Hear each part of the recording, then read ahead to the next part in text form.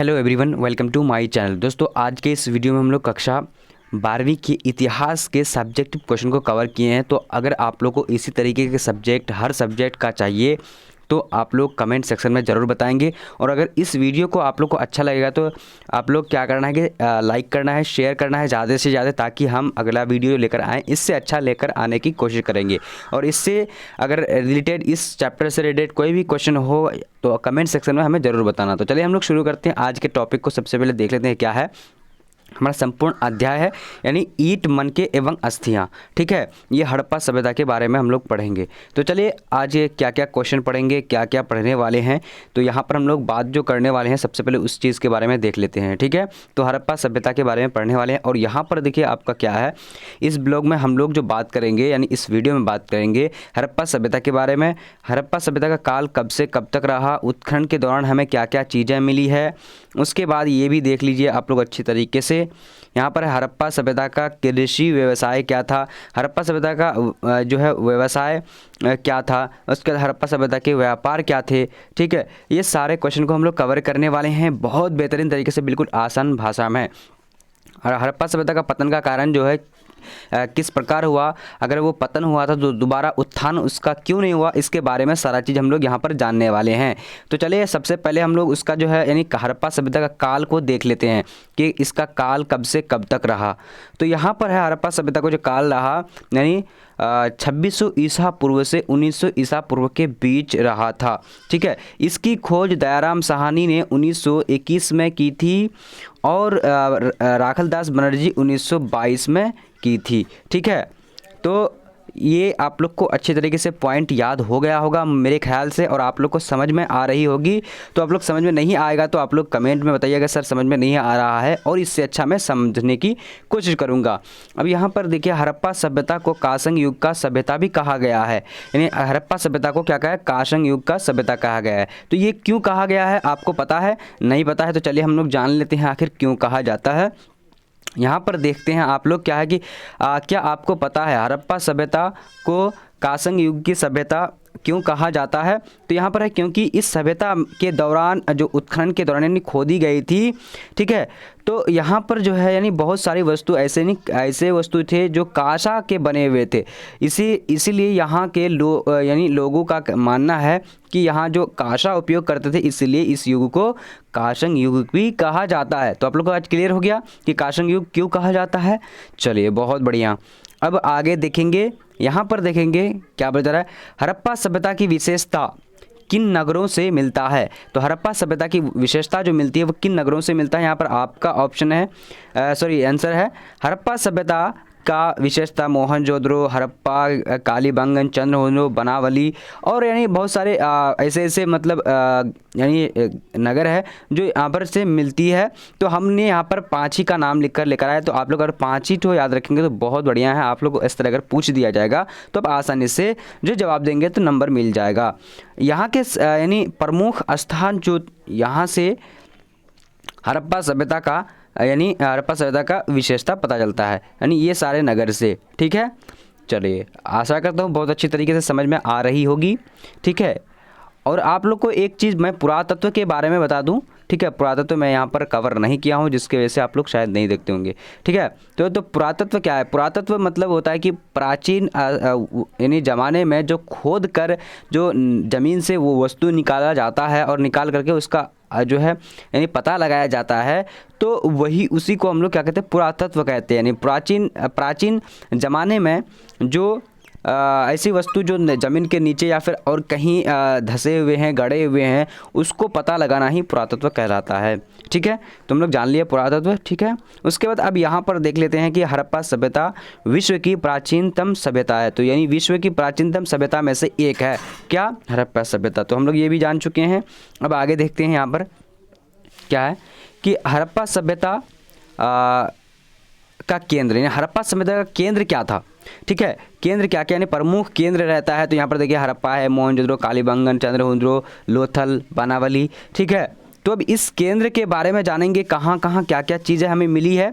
ठीक है, क्योंकि इस तरह की क्वेश्चन आपको एग्जाम में पूछा जाएगा। यहाँ पर देखिए हड़प्पा सभ्यता से जुड़ी लघु प्रश्न उत्तर। अब यहाँ पर हड़प्पा को पहले जान लेते हैं क्या है हड़प्पा।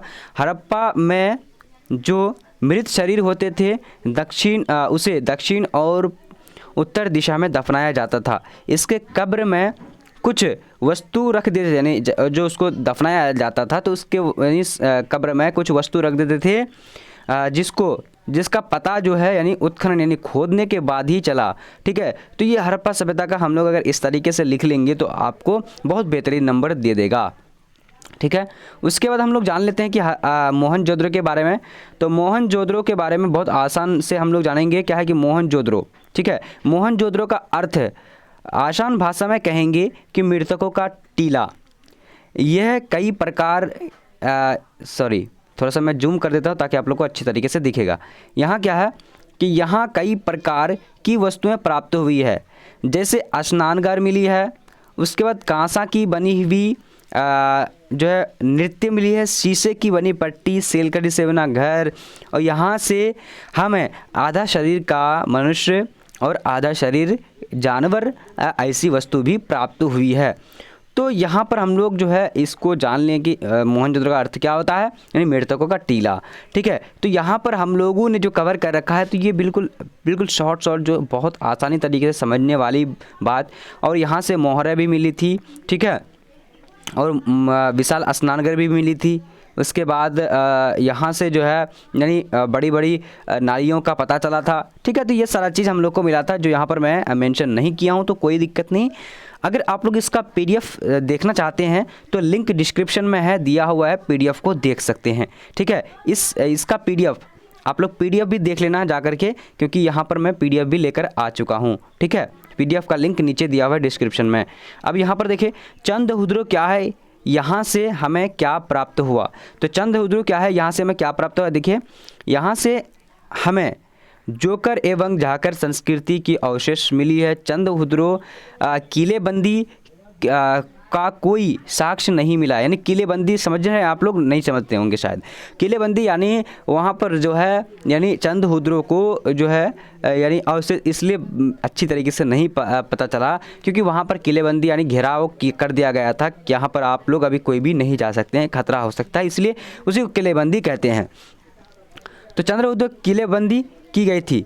यहाँ से जला हुआ एक कपाल पाई गई थी, 4 पहिया वाली गाड़ी। उसके बाद आपको यहाँ पर देख लीजिए एक ईंट पर कुत्ते और बिल्ली का पंजा का निशान मिला था और 2 मछलियों का अंकन है।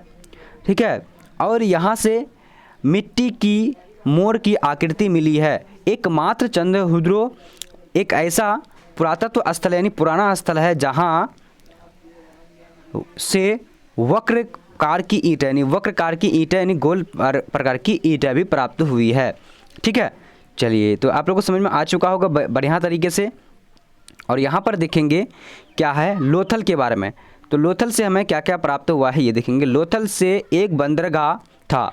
लोथल एक बंदरगाह था। ठीक है, लोथल क्या बंदरगाह किसको कहा जाता है, जहाँ पर पानी जहाज जो है पानी जहाज को यानी रुका जाता है, यानी जो स्टेशन कहा जाता है उसको पत्तन कहा भी जाता है, बंदरगाह भी कहा जाता है। जैसे कि हवाई जहाज़ का क्या होता है, यानी आपको हवाई जहाज अगर हवाई जहाज़ में चढ़ेंगे तो वहाँ पर भी आपको क्या मिलेगा, ठीक है, बंदरगाह मिलता है, तो उसको बंदरगाह कहा जाता है।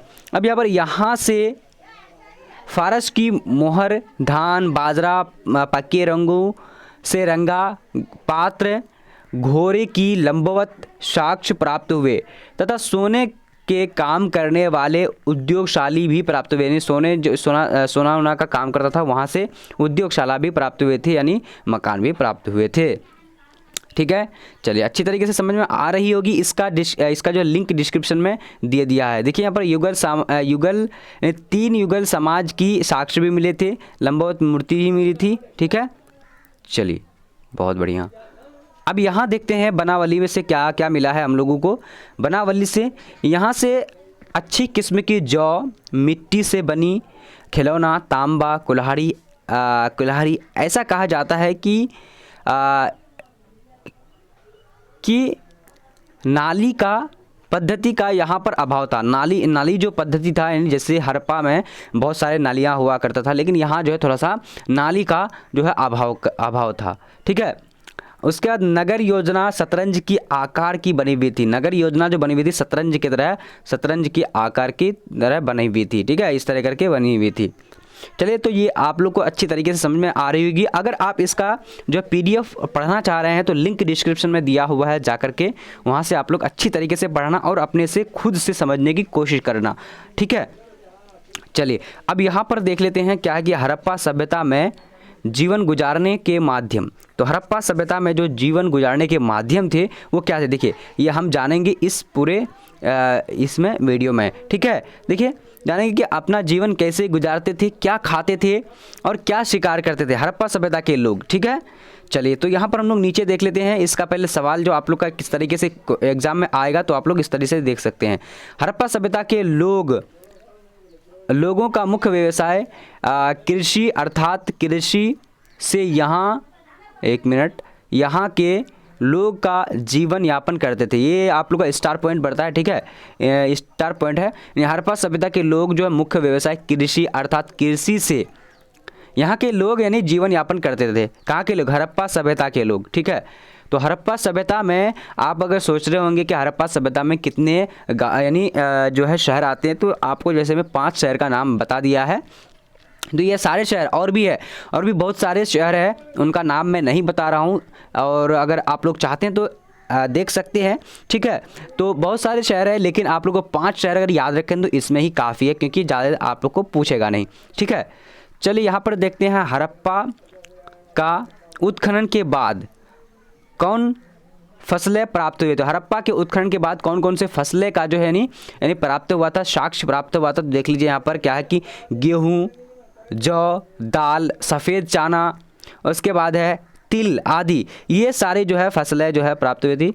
आदि प्रमुख चीज़ें प्राप्त हुए थे, जिनसे पता चलता है कि यहाँ के इन फसलों की खेती करते थे। ठीक है, किन गेहूँ, जौ, दाल, सफ़ेद चना, उसके बाद है तिल, तो इनके जो है खेती किया करते थे। यहाँ से पता चलता है उत्खनन के बाद यानी खोदने के बाद।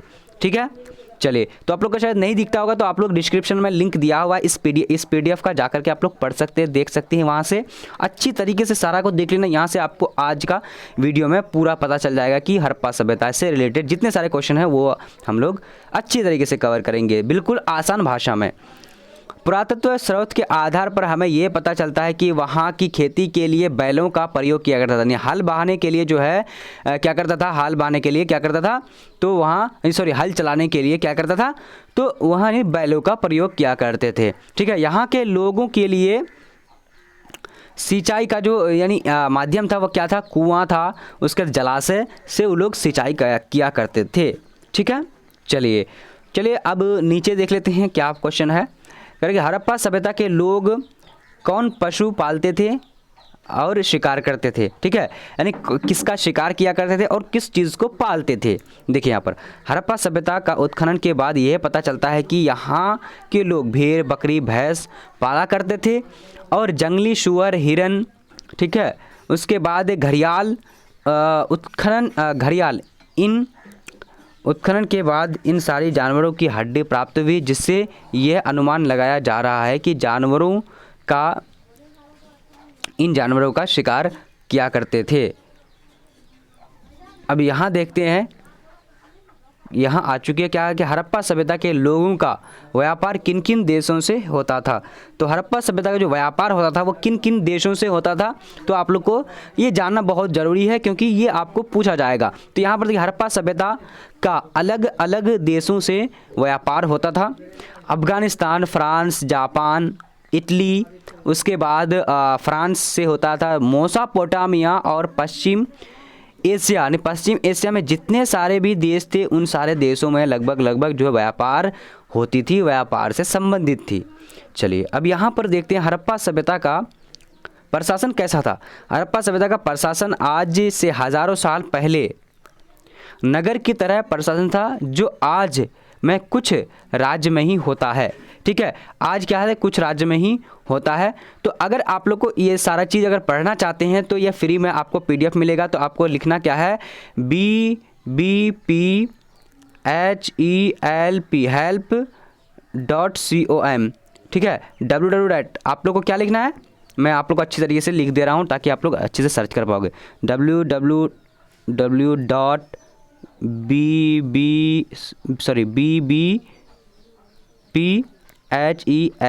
तो आपको जो स्पेस नहीं देना है, नहीं जैसे जैसे मैं दे रहा हूँ बिल्कुल स्पेस नहीं देना है, और .com दे देना, ठीक है। यहाँ से आप क्या करेंगे, PDF को पढ़ सकते हैं, देख सकते हैं, क्योंकि आप यहाँ पर मैं आप PDF डालने वाला हूँ, ठीक है।